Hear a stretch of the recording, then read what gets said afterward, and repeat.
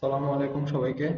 আমরা আমাদের ফিফথ প্যারাগ্রাফটা আজকে শুরু করব এবং আমরা প্রত্যেকটা সেন্টেন্সের বিগত ক্লাসগুলোর মতোই মেইন সাবজেক্ট এবং মেইন ভার্বগুলা বের করব এবং এটা করার ফলে কি হয়, আমাদের আইডিয়াগুলা জেনারেট করা খুবই সহজ হয় যারা বিগিনার লেভেলের রিডার আছেন তাদের জন্য।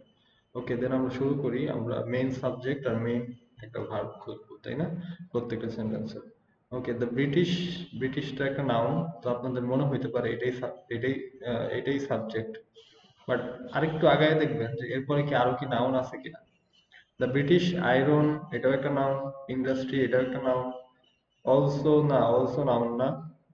আন্ডারওয়েন্ট, ওকে, আর না এখানে আমাদের নাউনের কি মানে টিমটা শেষ হয়ে যাচ্ছে, নাউনের পর্ব শেষ হয়ে যাচ্ছে এখানে। সো এখানে একসাথে অনেকগুলো নাউন আছে, ব্রিটিশ আয়রন ইন্ডাস্ট্রি। যদি একসাথে অনেকগুলো নাউন থাকে, দেন লাস্টের যে নাউনটা সেটাকে আমরা সাবজেক্ট হিসেবে ধরবো। ঠিক আছে, লাস্টের নাউনটা হচ্ছে আমাদের সাবজেক্ট এবং এর আগের নাউনগুলো অ্যাডজেক্টিভের মতো কাজ করে। কাকে বোঝায়? এই ইন্ডাস্ট্রিকে বোঝায়। সো ইন্ডাস্ট্রিটা কেমন? আয়রন ইন্ডাস্ট্রি, ইন্ডাস্ট্রিটা কোথাকার? ব্রিটিশের, লন্ডনের, ঠিক আছে, ইংল্যান্ডের। ওকে, দেন দ্য ব্রিটিশ আয়রন ইন্ডাস্ট্রি, এই জিনিসটা হচ্ছে আমাদের সাবজেক্ট। আমরা এখন কি খুঁজবো? এর একটা ভার্ব খুঁজবো। অলসো তো ভার্ব না, আমরা জানি। আন্ডার ওয়েন্ট, যেহেতু এখানে ওয়েন্ট আছে, যদি ওয়ার্ডটা পরিচিত থাকে আপনাদের তাহলে তো আপনারা বুঝবেন যে এটা আন্ডার গো থেকে আসছে। আন্ডার গো মানে কোনো কিছু এক্সপিরিয়েন্স করা, আর আন্ডার গো এর পাস্ট ফর্ম হচ্ছে আন্ডার ওয়েন্ট। আর যদি অপরিচিত থাকে দেন ওয়ার্ডটা জেনে নিতে হবে। সো এটা হচ্ছে আমাদের ভার্ব। এই ভার্বের অর্থ কি? কোনো কিছুর মধ্যে দিয়ে যাওয়া বা কোনো কিছু এক্সপিরিয়েন্স করা। সো কে এক্সপিরিয়েন্স করছে বা কে এক্সপিরিয়েন্স করছে? এই ব্রিটিশ আয়রন ইন্ডাস্ট্রিটা কিছু একটা এক্সপিরিয়েন্স করছে বা কোনো কিছুর মধ্যে দিয়ে গিয়েছে, তাই না? কিসের মধ্যে দিয়ে গিয়েছে এটা আমরা পরে পাবো। মেজর চেঞ্জ, অনেক বড় কোনো চেঞ্জের মধ্যে দিয়ে গিয়েছে, ঠিক আছে, মেজর চেঞ্জ। অ্যাজ, অ্যাজ পাচ্ছি আমরা, বাট অ্যাজ কে আমরা ইগনোর করব, কারণ অ্যাজ এর পরের অংশকে ইগনোর করব, কারণ অ্যাজ কি subordinating conjunction.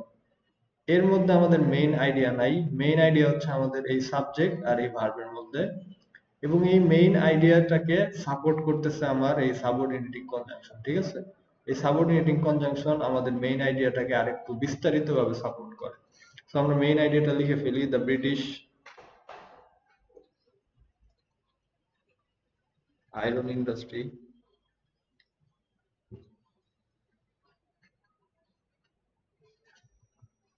underwent major change। ওকে, এটা হচ্ছে আমাদের ফার্স্ট যে সেন্টেন্স, সেটার মেইন আইডিয়া, যে ব্রিটিশ আয়রন ইন্ডাস্ট্রিটা বড় কোনো চেঞ্জের মধ্যে দিয়ে গেছে। এরপরে বাকি অংশটাকে যদি আমরা কি করি, রিভিল করি, তাহলে হয়তো বুঝতে পারবো যে আর কি আইডিয়া আমাদের দিতেছে, আর কি সাপোর্টিং আইডিয়া পাইতেছি। অ্যাজ মানে হচ্ছে যেহেতু, যেহেতু ইট অ্যাডপ্টেড নিউ ইনোভেশনস। এই ইট দিয়ে কাকে বোঝাচ্ছে? এর আগের যে সাবজেক্ট, এর আগে সাবজেক্টকে ইন্ডাস্ট্রি। সো যেহেতু এটা অ্যাডপ্ট করছে, গ্রহণ করছে, মানিয়ে নিয়েছে। অ্যাডপ্ট করা মানে তো জানি গ্রহণ করা, মানিয়ে নেওয়া, কোনো কিছু খাপ খাইয়ে নেওয়া। সো এটা যেহেতু নতুন কোনো, কি মানিয়ে নিয়েছে? নতুন ইনোভেশন। সো এটা মানিয়ে নিয়েছে নিউ ইনোভেশন। ইট অ্যাডপ্টেড নিউ ইনোভেশন।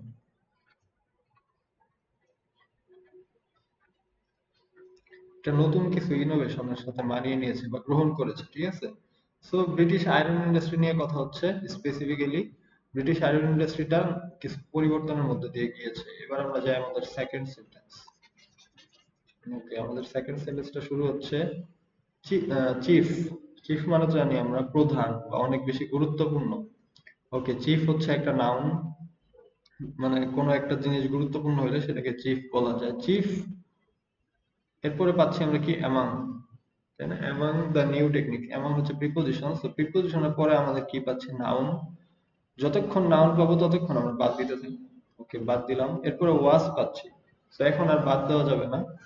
তাইলে আমরা চিফ পেয়ে গেছিলাম একটা নাউন শুরুতে। চিফটা হচ্ছে আমাদের সাবজেক্ট, এবং এরপরে চিফের যদি আমরা সাবজেক্ট পেয়ে যাই, আমরা কি খুঁজবো? এখন একটা ভার্ব খুঁজবো চিফের। এরপরে কি ভার্ব পেয়ে যাচ্ছি না? ওয়াজ। চিফ ওয়াজ, প্রধানটা ছিল the smelting of iron ore with coke. প্রধানটা ছিল the smelting of iron ore with coke. Okay, প্রধান একটা ইনোভেশন ছিল, মানে আগে তো ইনোভেশন নিয়ে কথা বলা হচ্ছে, অনেকগুলো নিউ ইনোভেশন। এখানে প্রধান ছিল কি স্মেল্টিং অফ আয়রন ওর। এটা যদিও একটু টেকনিক্যাল টার্ম, আপনারা যদি নাও জানেন সমস্যা নাই, এর থেকে অর্থ বের করতে পারবেন। বুঝতে পারতেছেন, স্মেল্টিং মানে কোনো একটা কাজ হবে, এটাকে বলা হয় সাধারণত খনি থেকে কোনো কিছু বের করা, হিটিং এর মাধ্যমে, গরম করার মাধ্যমে, ঠিক আছে। স্মেল্টিং অফ আয়রন ওর, যে আয়রন ওরের খনিকে স্মেল্টিং করা, হিটিং করা, কিসের সাথে? কোকের সাথে। এটাকে আবার বলা হয়েছে একটা ম্যাটেরিয়াল মেড বাই হিটিং কোল, এমন একটা ম্যাটেরিয়াল যেটা তৈরি করা হয় কোলের মাধ্যমে, ঠিক আছে।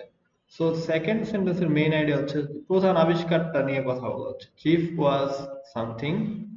আর ইনস্টেড অফ, এটা তো আমরা জানি এটা একটা কি preposition, instead of something. So এটা পরে আমরা কনসিডার করি। সো আমাদের মেইন আইডিয়াটা লিখে ফেলি সেকেন্ড সেন্টেন্সে, দা চিফ ওয়াজ, ওকে, চিফ ইনোভেশন ওয়াজ, ইনোভেশন কথাটা যদিও বলা নাই, বাট আমরা ধরে নিব বলতে কি প্রিভিয়াসলি তো আমরা ইনোভেশনের কথাই শুনছি, এবং এরপরেও বলা হচ্ছে chief among among the new techniques, মানে প্রধান, কিসের মধ্যে প্রধান? এমং মানে তো বুঝি অনেক কিছুর মধ্যে যদি কিছু হয় তখন এমং ইউজ করা হয়।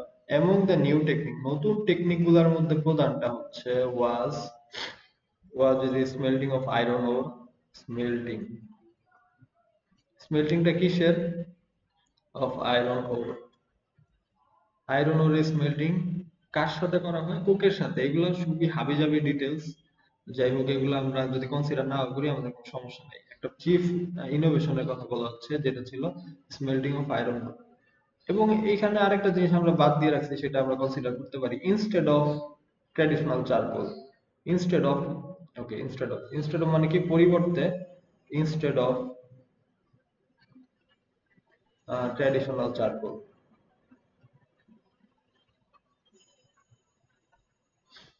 ওকে, সো চিফ ইনোভেশন বা অথবা নিউ টেকনিক।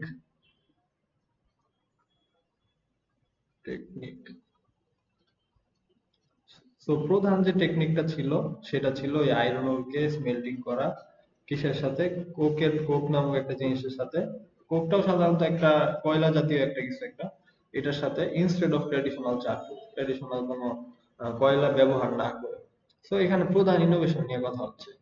আর প্রথম সেন্টেন্সে আমাদের কথা হইতেছিল ব্রিটিশ আয়রন ইন্ডাস্ট্রি কিছু পরিবর্তনের মধ্যে দিয়ে গিয়েছে, পরিবর্তনগুলা কিছু যেহেতু, কেন গিয়েছে? যেহেতু এটা কিছু নতুন আবিষ্কার গ্রহণ করেছিল।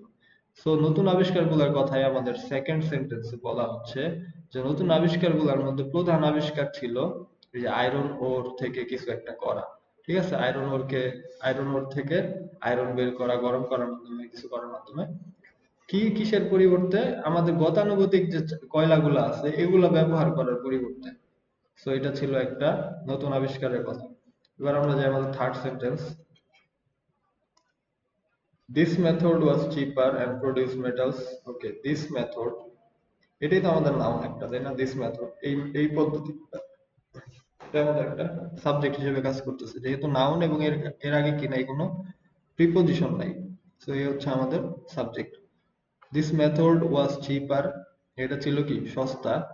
এখন এই সাবজেক্ট যদি পেয়ে গেছি, এরপরে আমরা কি পাচ্ছি? একটা বি ভার্ব। সো এটা হচ্ছে আমাদের ভার্ব। কার ভার্ব? এই সাবজেক্টের। দিস মেথড ওয়াজ, কেমন ছিল? এই মেথডটা ছিল কেমন? সস্তা, চিপার। এন্ড এর পরে আবার কি পাচ্ছি? আরেকটা ভার্ব পাচ্ছি, তাই না? এন্ড এর পরে আরেকটা ভার্ব পাচ্ছি, বাট এন্ড এর পরে কি কোনো সাবজেক্ট আছে? যদি না থাকে, দেন এই ভার্বের সাবজেক্ট কে? এই ব্যক্তি। এর এর ভার্ব এটাও এবং এর ভার্ব এটাও। এন্ড এর আগে এর ভার্ব এটা, এন্ড এর পরে এর ভার্ব এটা। সো এই মেথডটা সস্তা ছিল এবং এই মেথডটা প্রডিউস করেছিল মেটালস, কিছু মেটালস প্রডিউস করেছিল, উৎপাদিত করেছিল। দ্যাট কি রিলেটিভ প্রোনাউন। সো এর পরের অংশ আমরা বাদ দিব, কতটুকু বাদ? যেখানে আমরা কমা পাচ্ছি। সো এরপরে আবার কি পাচ্ছি? ভার্বের সাথে আইএনজি। আমরা প্রথম ক্লাস দেখছিলাম যদি বি প্লাস আইএনজি বা ভি3 আমরা পেয়ে যাই, তো এরপরে যত কিছু আছে এগুলাকে আমরা কি করবো? কনসিডার করবো না প্রথমে। সো এরপরে কি কি আছে দেখি, ব্রিটেন্স লম্বা একটা অংশ আছে, সো এগুলো আমাদের কনসিডার করা আপাতত দরকার নাই। এবং এন্ড দিয়ে যুক্ত আছে, কিন্তু এখানে এন্ড এর পরে কি কোনো সাবজেক্ট ভার্ব আছে? দ্য এক্সপ্রেশন অফ, না, কোনো ভার্ব নাই। সো এটাও আননেসেসারি অংশ। সো আমরা আমাদের মেইন আইডিয়াটা পেয়ে গেছি। মেইন আইডিয়া বলতে কি, আমরা আমাদের মেইন থার্ড সেন্টেন্সের মেইন সাবজেক্ট আর মেইন ভার্ব পেয়ে গেছি। আমাদের থার্ড যে সেন্টেন্স, এটা কি, দিস মেথড, এই মেথডটা কেমন এরপরে ভার্ব কি ছিল, ওয়াজ চিপার, এই মেথডটা সস্তা ছিল এবং and produced, ওকে আমরা একবারে না লিখি, এবং এই মেথডটা যেহেতু এন্ড এর পরে সাবজেক্ট কি আবার দিস মেথডই, তাই না, and this method produced, এবং এই মেথডটা প্রডিউস করেছিল কি, কিছু মেটাল, কিছু মেটাল প্রডিউস করেছিল, কিছু ধাতু প্রডিউস করেছিল। ওকে, এরপরে আমরা বাকি অংশগুলা ইয়া করি, রিভিল করি। রিভিল করলে কি হয়, আমরা এই অংশটা বাদ দিছিলাম, দ্যাট এর অংশ, দ্যাট থেকে শুরু করে কমা পর্যন্ত, এটা কি ছিল, এটা আমাদের ছিল রিলেটিভ ক্লজ, তাই না। এবং রিলেটিভ ক্লজ মানে কাকে বোঝায়, এর আগের যে নাউনটা থাকে। কিভাবে বুঝলাম রিলেটিভ ক্লজ, এই যে দ্যাটটা তো আমাদের রিলেটিভ প্রোনাউন, এটা আমরা প্রথম ক্লাসে বলে ফেলছি। প্রথম ক্লাস যারা দেখেন নাই তারা কাইন্ডলি দেখবেন, তাইলে আরো বেশি ক্লিয়ার হবে। সো দ্যাট এর আগে যে নাউনটা থাকে, দ্যাট এর পরে পুরো অংশটা জাস্ট এই নাউনটাকে বোঝায়, আর কিছু না, ঠিক আছে, পুরো অংশটা জাস্ট এই নাউনটাকে বোঝায়। ওকে, দেখি আমরা দ্যাট, তো এমন কিছু মেটাল প্রডিউস করেছিল, এই মেটাল গুলো আবার কেমন ছিল, এই মেটাল গুলো ছিল খুবই high quality, that were of higher quality, খুবই হাই কোয়ালিটি, খুবই হাই কোয়ালিটি মেটাল ছিল, এগুলো প্রডিউস করেছিল এই মেথডটার মাধ্যমে, এই হাবিস পদ্ধতির মাধ্যমে। এরপরের অংশগুলো দেখি আমরা, এনাবলিং, এটাও আমাদের ভি প্লাস আইএনজি, এটাও রিলেটিভ প্রোনাউনের মতো কাজ করে, সো রিলেটিভ ক্লজের মতো কাজ করে। এটা কাকে বোঝায়, এর আগের যত অংশ আছে, এর আগের যে আইডিয়া গুলো আছে, এই আইডিয়া গুলাকে বোঝায়। সো এনাবল করা মানে কি, সক্ষম করা। তো এই যে এই পদ্ধতিটা, এই আমাদের প্রথমে আইডিয়াটা কি, মেথডটা, তাই না, এই মেথডটাই তো আমাদের আইডিয়া, এই মেথডটা আমাদের আইডিয়া, যে এই মেথডটা কি করছে, চিপার, সস্তা ছিল, এই মেথডটা কিছু মেটাল প্রডিউস করছে হাই কোয়ালিটির। সো এই যে এই মেথডটা, এই জিনিসটা কি করছে, আমাদের সক্ষম করছে ব্রিটেনের আয়রন এবং স্টিল প্রোডাকশনকে, ব্রিটেনের আয়রন এবং স্টিল প্রোডাকশনকে টু এক্সপ্যান্ড, প্রসারিত করতে, তাই না। টু এক্সপ্যান্ড মানে কি, প্রসারিত করতে বা ছড়িয়ে যেতে, বা to spread, two expand in response to, okay, expand মানে এখানে মানে প্রসারিত হতে, স্টিল প্রোডাকশনকে আরো প্রসারিত হতে বা আরো বৃদ্ধি করতে, enabling Britain's iron and steel production to expand in response, এখানে যেহেতু প্রিপোজিশন, ইন রেসপন্স, কিসের রেসপন্সে, এটা হচ্ছে আমার সেই কোনো একটা কিছু রেসপন্সে, বা কোনো একটা কিছু যদি আমাদের দাবি করা হয় সেটার উত্তরে বা সেটা সাড়া দেওয়ার জন্য আমরা ইন রেসপন্স ব্যবহার করি। কিসের সাড়া দিতে, টু ডিমান্ড, এই ডিমান্ডের চাহিদা সাড়া দিতে। এখানে আমরা আবার পেয়ে যাচ্ছি কি ভি3, তাই না, ক্রিয়েটেড, হঠাৎ করে ভি3 চলে আসে, এটা কেমন কথা। Demand created by wars and expansion of railways, এই পুরো অংশটা আবার কাকে বোঝাচ্ছে, আমরা যদি দেখি, ডিমান্ড ক্রিয়েটেড বাই, এই পুরো যে অংশটা এখান থেকে শুরু করে,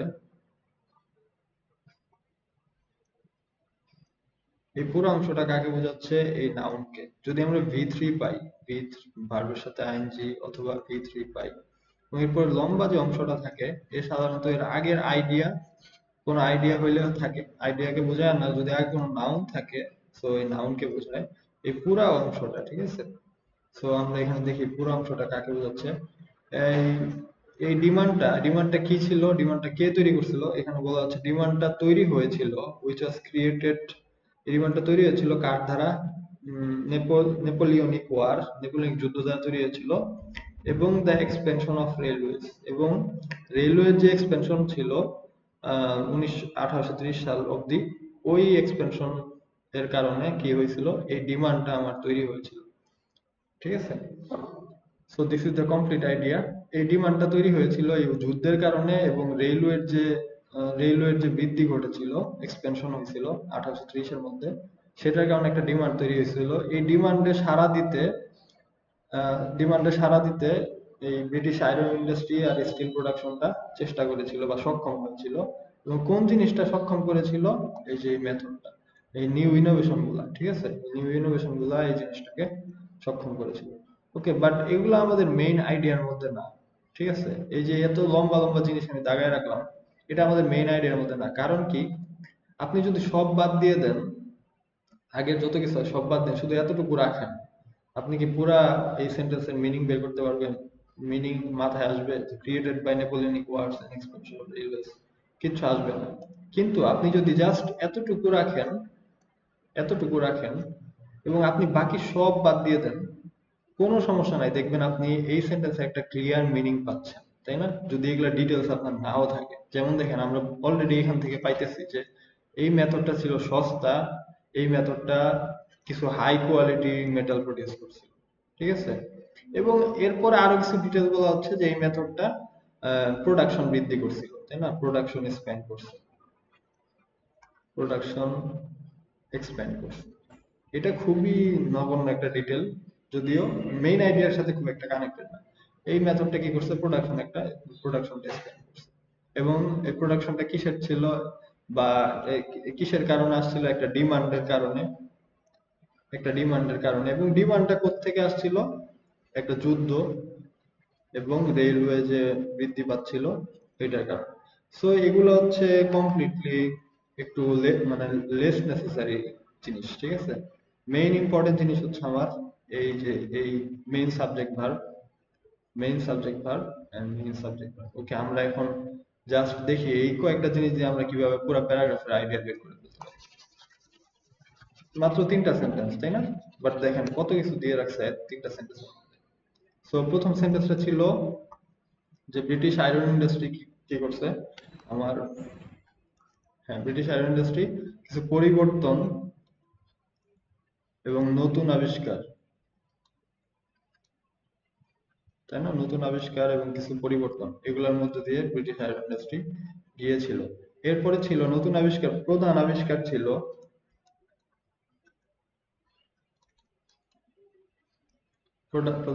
ছিল আয়রন রিলেটেড, তাই না? Iron related, smelting of iron, আয়রনের স্মেল্টিং অফ আয়রন, আয়রন ওরের স্মেল্টিং।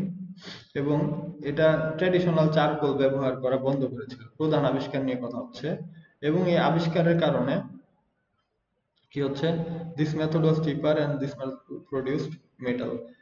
এই মেথডটা কি ছিল? এই যে আয়রন যে তৈরি করার যে মেথডটা, বা আয়রন স্মেল্টিং করার মেথডটা, ট্র্যাডিশনাল চারকোল ব্যবহার না করার মেথডটা, এই মেথডের, এই আবিষ্কারের উপকারিতা।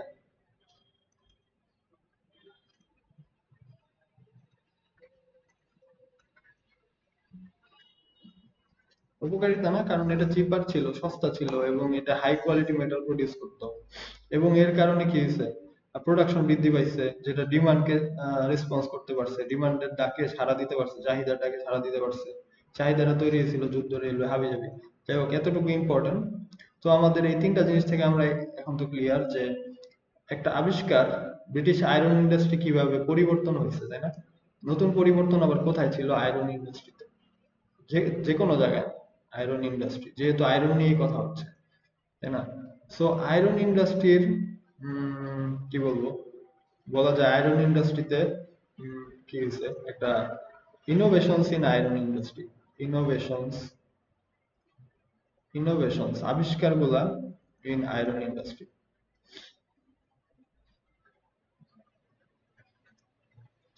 ঠিক আছে? কিছু আবিষ্কার নিয়ে কথা হচ্ছে যেগুলো ছিল আয়রন ইন্ডাস্ট্রি, এবং এগুলা কি করছে, that ব্রট many facility or many benefits, ঠিক আছে? অনেক বেনিফিট নিয়ে আসছিল। সো এই প্যারাগ্রাফটা আয়রন ইন্ডাস্ট্রির কিছু ইনোভেশন নিয়ে কথা হচ্ছে, আর বাকি সবই আমাদের হাবিজাবি ডিটেলস। ওকে, সো এতটুকুই আজকে ক্লাসটা। ধন্যবাদ সবাইকে ভিডিও দেখার জন্য। আসসালামু আলাইকুম।